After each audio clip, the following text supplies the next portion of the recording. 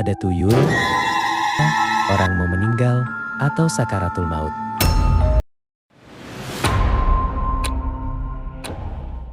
Oke semuanya, kali ini Unyil akan cerita tentang sebuah benda mistis yang bernama jenggot. Jadi cerita ini diambil dari kisah nyata yang berasal dari narasumber kita. Sebut aja Aldi.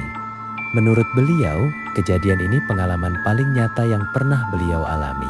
Jadi si Aldi ini waktu itu tinggal bersama keluarga mamangnya nih. Si mamangnya ini punya istri dan kedua anak yaitu Anton sama Jaya.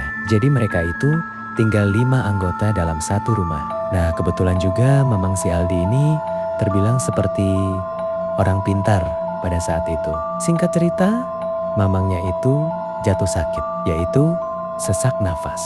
Dibawalah berobat oleh istri si mamang dan Aldi pun ikut nemenin ke rumah sakit. Tapi pas sampai di rumah sakit, anehnya si mamangnya ini langsung sembuh padahal belum sempat diperiksa sama dokter. Dan yang bikin aneh, padahal waktu di rumah mamangnya ini hampir kehabisan napas, udah seperti maaf kayak orang mau meninggal atau sakaratul maut.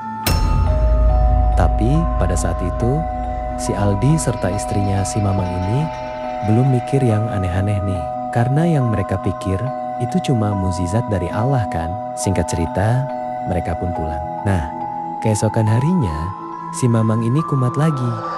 Sesak nafasnya, sam-sam. Mereka sempat manggil salah satu orang bisa dibilang ustadz karena pada waktu itu si mamang ini udah seperti sakaratul maut. Tapi ustadz tersebut menyarankan untuk dibawa ke rumah sakit. Singkat cerita, dibawalah ke rumah sakit. Sewaktu perjalanan kurang lebih 1 kilo dari rumah. Si mamang ini masih kumat. Nah, tapi pas tiba di rumah sakit, pas mereka mau masuk, si mamang kembali sembuh. Kayak orang gak terjadi apa-apa. Dari situlah si Aldi sama istri dan anak-anak si mamang ini baru mulai curiga sama penyakitnya si mamang tersebut. Dan istri si mamang ini usul pada saat itu untuk pulang ke rumah ibunya aja dulu. Untuk sementara waktu. Pulanglah mereka ini ke rumah mertuanya si mamang itu. Dan setelah pulang karena si Aldi sama anak-anak, si mamang itu gak mau nginep.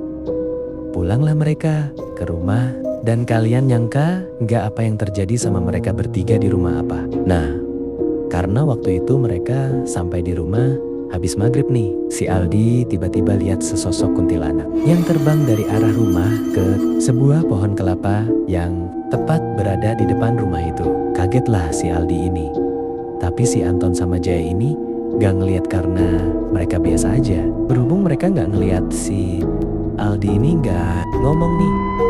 Kalau dia tadi habis ngelihat sosok itu karena gak mau kalau mereka berdua jadi takut. Singkat cerita, setelah mereka masuk ke rumah, mau istirahat karena tiba-tiba si Anton ini sekitar jam 9 malam mau kencing. Jalanlah ke kamar mandi.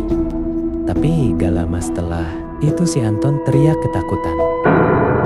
Aldi sama Jaya yang mendengar pun spontan langsung nyamperin nih. Kenapa? Ton, ada apa? Ucap si Aldi. Dan disitulah Anton jawab sambil gemetar ketakutan. Ada tuyul